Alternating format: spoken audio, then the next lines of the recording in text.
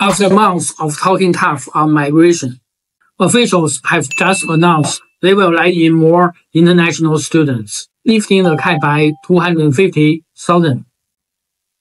That's a jump from 270,000 to 295,000 starting in the financial year 2026. This move comes only a year after Canberra warned it would reduce numbers. Now they are calling it a modest increase. Under the current 2025 rules, the cap is split 176,000 for universities, 94,000 for vocational training. Each school has its own quota. And once it's 80% full, the brakes goes on. Visa processing slows. Applications face more scrutiny. And if you are in the last 20%, you will be waiting a long time. Or get rejected outright. For 2026, no institution will get less than their 2025 share, but we still don't know how the extra 25,000 spots will be divided between universities, colleges, and training providers. Schools that want more seats will need to prove demand, provide housing, and strengthen ties with Southeast Asia, especially China and India. Why this matters? International education is big business here. One of Australia's top experts. But the country is already struggling with a housing crisis. Sydney, Melbourne, Perth, and Adelaide are among the world's 10 listed affordable cities. Rents are climbing. The cost of living is squeezing newcomers and residents alike.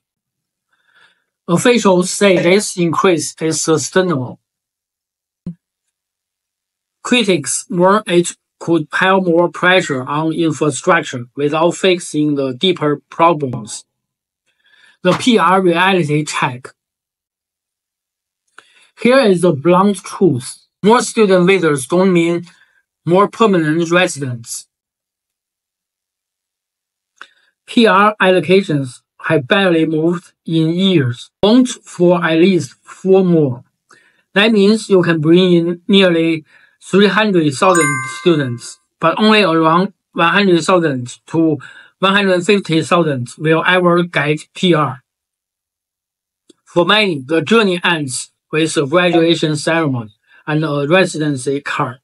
Since the pandemic, student visa rules, graduate pathway visas, PR criteria have changed again and again, sometimes multiple times a year.